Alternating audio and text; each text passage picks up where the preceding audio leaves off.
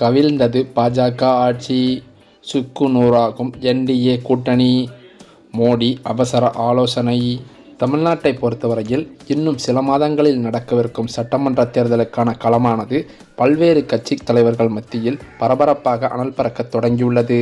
தேர்தல் தேதிக்கான அதிகாரப்பூர்வ அறிவிப்பை மக்கள் ஆவலுடன் எதிர்பார்த்து காத்து கொண்டிருக்கின்றனர். இந்திய தேர்தல் ஆணையத்தின் துணை ஆணையர் பானு பிரகாஷ் வரும் பிப்ரவரி 11ஆம் தேதி தமிழகத்திற்கு வருகை தந்து மாநிலத்தின் தேர்தல் ஆயத்த பணிகள் மற்றும் சட்ட ஒழுங்கு நிலை குறித்து உயர் அதிகாரிகளுடன் விரிவான ஆலோசனை நடத்தியிருக்கிறாராம். ஏற்கனவே இறுதி வாக்காளர் பட்டியல் தயாரிப்பு மற்றும் மின்னணு வாக்குப்பதிவு இயந்திரங்களின் முதற்கட்ட சரிபார்ப்பு பணிகள் தீவிரமாக நடைபெற்று வரும் சூழலில் இந்த ஆய்வு மிக முக்கியமானதாக கருதப்படுகிறது. தேர்தல் ஆணையத்தின் இந்த தொடர் நகர்வுகள் மற்றும் கள ஆய்வுகளை கவனிக்கும் போது பிப்ரவரி மாத இறுதிக்குள் அல்லது மார்ச் முதல் வாரத்தில் தமிழக சட்டமன்ற தேர்தலுக்கான தேதி அறிவிக்கப்படுவதற்கான அதிக வாய்ப்பு இருப்பதாக தெரிகிறது. ஏப்ரல் அல்லது மே மாதத்தில் வாக்குப்பதிவு நடைபெறும் என எதிர்பார்க்கப்படும் நிலையில் தேர்தல் நடத்தை விதிகள் அமலுக்கு வரும் முன்பாகவே அரசியல் கட்சிகள் தங்களது கூட்டணி பேச்சுவார்த்தை மற்றும் தேர்தல் வியூகங்களை வகுப்பதில் மும்முரம் காட்டி வருகின்றனர்.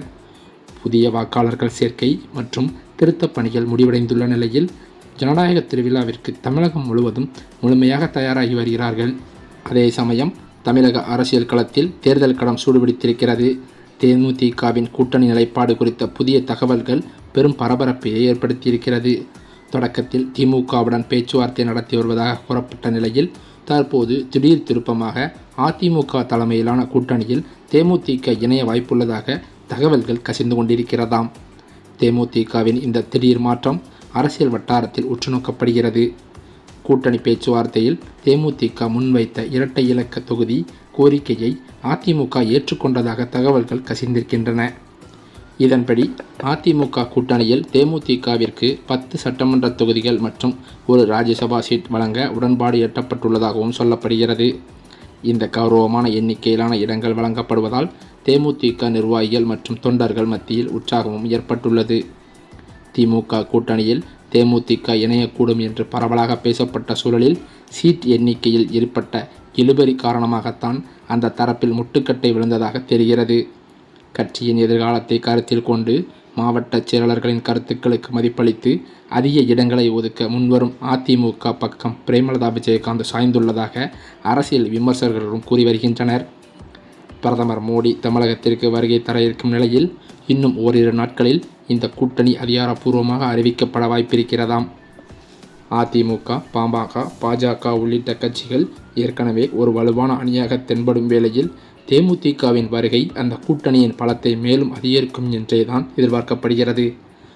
இது வரவிருக்கும் தேர்தலில் ஒரு மிகப்பெரிய அரசியல் மாற்றத்தை ஏற்படுத்துமா என்பதை நாம் அனைவருமே பொறுத்திருந்துதான் பார்க்க வேண்டும். இதற்கிடையில் கடந்த 5 ஆண்டு காலமாக திமுகவானது பல்வேறு நலத்திட்ட உதவிகளையும் பல்வேறு நலத்திட்டங்களையும் மகளிர் உரிமை தொகை இவ்வாறான பல்வேறு நலத்திட்டங்களை செய்து தனது வெற்றி பாதையில் பயணித்து கொண்டிருக்கும் நிலையில் வருகின்ற தேர்தலிலும் திமுக கூட்டணிதான் அபார வெற்றி பெறும் என்று பல்வேறு கருத்து கணிப்பு முடிவுகளும் வெளியாகி வருகிறது. மறுபக்கம் பார்த்தால் ஏற்கனவே ஓபிஎஸ்ஸுடன் இணைந்து செயல்பட்ட அமமுக பொதுச்செயலாளர் டிடிவி தினகரன் கூட்டணிக்குள் நுழைந்துவிட்ட நிலையில் ஓபிஎஸ் விவகாரத்தில் எடப்பாடி பழனிசாமி இதுவரை முரண்பட்டே வந்திருக்கிறார். ஓபிஎஸ்ஸை மீண்டும் அதிமுகவிலோ அல்லது கூட்டணியிலோ சேர்க்க இடமே இல்லை என்று அவர் திட்டவட்டமாக தெரிவித்து வந்த நிலையில் இப்போது டெல்லியின் தலையீட்டால் காட்சிகள் மாறத் தொடங்கியதாகவும் கூறப்படுகிறது. அதாவது தனது ஆதரவாளர்கள் மாற்றுக் கட்சிகளுக்கு தாவத் தொடங்கிய சூழலில் ஓபிஎஸ் தனது அடுத்த கட்ட நகர்வாக மத்திய உள்துறை அமைச்சர் அமித்ஷாவை சந்திக்க திட்டமிட்டிருக்கிறாராம். இன்னும் 2 நாட்களில் டெல்லி செல்லவிருக்கும் ஓபிஎஸ் அமித்ஷாவுடன் பேச்சுவார்த்தை நடத்தி கூட்டணியை இறுதி செய்யப் போகிறார் என்றும் கூறப்படுகிறது. இந்த கூட்டணியில் இடங்களை பகிர்ந்து கொள்வதில் சில நிபந்தனைகளும் முன்வைக்கப்பட்டுள்ளதாகவும் தெரிகிறது. அதாவது ஓபிஎஸ் தரப்பில் 6 தொகுதிகள் கேட்டுள்ளாராம். ஆனால் தான் நேரடியாக போட்டியிடப் போவதில்லை என்றும் மாநிலம் தழுவிய பிரச்சாரத்தில் ஈடுபடப் போவதாகவும் தெரிவித்திருக்கிறார். ரவீந்திரநாத்திற்கு பெரியகுளம் தொகுதியை மட்டும் கண்டிப்பாக தர வேண்டும் என்றும் கேட்டுள்ளாராம். பிப்ரவரி 1ஆம் தேதி பிரதமர் மோடி தமிழகம் வரும்போது அவருடன் ஓபிஎஸ் ஒரே மேடையில் தோன்றும் வாய்ப்புகள் அதிகம் உள்ளதாகவும் கூறப்படுகிறது. அதே சமயம் இன்னொரு பக்கமோ குறிப்பாக தமிழக வெற்றி கழகத்தின் தலைவர் விஜய் போட்டியிடும் தொகுதியில் ஆளுங்கட்சியான திமுக நேரடியாக களம் காண முடிவு செய்துள்ளதாகவும் தகவல்கள் வெளியாகியிருக்கிறது. பொதுவாக கூட்டணி கட்சிகளுக்கு ஒதுக்கப்படும் செல்வாக்கு மிக்க தொகுதிகளிலேயே நட்சத்திர வேட்பாளர்கள் போட்டியிடுவது வழக்கம். இருப்பினும் விஜய் போட்டியிடும் தொகுதி ஒருவேளை கூட்டணி கட்சிக்கு ஒதுக்கப்பட்டிருந்தால் அங்கு திமுகவே நேரடியாக போட்டியிடும் வகையில் அக்கூட்டணி கட்சிக்கு மாற்றுத் தொகுதி ஒதுக்கப்படும் என்று கூறப்படுகிறது. இதன் மூலம் விஜய்க்கு எதிரான அரசியல் களத்தை திமுக மிக தீவிரமாக எதிர்கொள்ள தயாராகி இருக்கிறது என்றும் சொல்லப்படுகிறது. இந்த நேரடி போட்டி குறித்த அறிவிப்பு அரசியல் வட்டாரத்தில் பெரும் விவாதத்தை ஏற்படுத்தியிருக்கிறது. திமுக தனது தேர்தல் வியூகத்தின் ஒரு பகுதியாக விஜயின் அரசியல் வருகையை தொடக்கத்திலேயே பலமாக எதிர்கொள்ள திட்டமிட்டிருக்கிறதாம். இந்த நிலையில்தான் இளைஞர் மாநாடு என்பது விருதுநகர் மாவட்டத்தில் நடந்து கொண்டிருக்கிறது. அதில் அதிமுகவிலிருந்து பல்வேறு முக்கிய புள்ளிகளும் மூத்த அமைச்சர்களும் திமுகவில் முதல்வர் ஸ்டாலின் முன்னிலையில் இணைந்துள்ளதாக தகவல்கள் கசிந்துள்ளது. இந்த தகவலால் எடப்பாடி பழனிசாமி கடும் அப்செட்டில் இருந்து வருவதாகவும் அதிமுக தலைமையே பெரிய இடியில் இருந்துள்ளதாகவும் சொல்லப்படுகிறது. அது மட்டுமில்லாமல் தமிழக அரசியலில் இன்னும் சில மாதங்களில் நடக்கவிருக்கும் சட்டமன்ற தேர்தலை முன்னிட்டு கூட்டணி கணக்குகள் எதிர்பாராத திருப்பங்களை சந்தித்து வருகின்றன. குறிப்பாக தமிழக வெற்றிக் கழகத்தின் தலைவர் விஜய் வீசிய அரசியல் வலைக்குள் காங்கிரஸ் கட்சி சிக்கியுள்ளதாக தகவல்கள் வெளிவந்துள்ளது.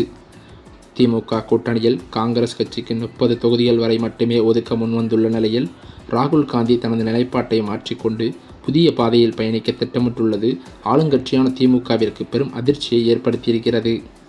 திமுக கூட்டணியில் 35 இடங்களை கோரிய காங்கிரசிற்கு திமுக தலைமை பிடிக்காமல் இழுபறி நீடித்து வருகிறது. அதே நேரத்தில் வலுவான வேட்பாளர்கள் மற்றும் நிதி ஆதாரங்களுக்காக தவித்து கொண்டிருக்கும் தவேகா காங்கிரஸை ஈர்க்க அதிரடி சலுகைகளை முன்வைத்துள்ளது. காங்கிரஸ் கட்சிக்கு 60 தொகுதிகள் வரை ஒதுக்கீடு செய்வதுடன் ஒரு துணை முதல்வர் பதவி மற்றும் 3 அமைச்சர் பதவிகளை வழங்க விஜய் தரப்பு சம்மதித்துள்ளதாகவும் கூறுகிறது. இந்த பிரம்மாண்டமான ஆஃபர் டெல்லி மேலிடத்தை சிந்திக்க வைத்திருக்கிறது என்றே சொல்லலாம். அது மட்டுமில்லாமல் தவேகாவுடன் கூட்டணி அமைத்தால் ஆட்சியில் அதிகார பங்கீடு கிடைக்கும் என்ற எதிர்பார்ப்பு ராகுல் காந்தியிடம் மாற்றத்தை ஏற்படுத்தியிருக்கிறதாம். நீண்ட காலமாக திமுகவின் நிழலிலேயே பயணிப்பதை விட ஒரு புதிய முயற்சியாக விஜயுடன் கைகோர்ப்பது காங்கிரசின் எதிர்காலத்திற்கு வலு சேர்க்கும் என்று ராகுல் காந்தி ஆலோசித்து வருவதாகவும் சொல்லப்படுகிறது. இது தொடர்பான ரகசிய பேச்சுவார்த்தைகள் ஏற்கனவே தொடங்கிவிட்ட நிலையில் காங்கிரஸ் நிர்வாகிகள் மத்தியில் உற்சாகம் ஏற்பட்டுள்ளது. இந்த சூழ்நிலையில்தான் திமுகவின் பிடியில் இருந்து காங்கிரஸ் கட்சி விடுபட்டு தவேகா பக்கம் சாயத் தொடங்கியிருப்பது முதல்வர் ஸ்டாலின் அவர்களிடம் காங்கிரசின் மூத்த நிர்வாகிகள் பலரும் நேரடியாக சென்று திமுகவில் இணைந்து வருவது பேரதிர்ச்சியை ஏற்படுத்தியுள்ளது.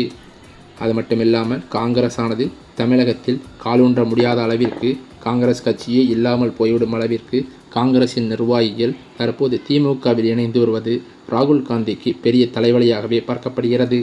அந்த வகையில் தற்போது திமுகவில் அதிமுகவின் பெரும்புள்ளிகள் 5 பேர் முக்கிய பதவியில் இருக்கும் அமைச்சர் பதவியிலேயே இருந்து வந்தவர்கள் திமுகவில் இணைந்துள்ளதாக அதிர்ச்சி தகவல்கள் பரவி வருகிறது.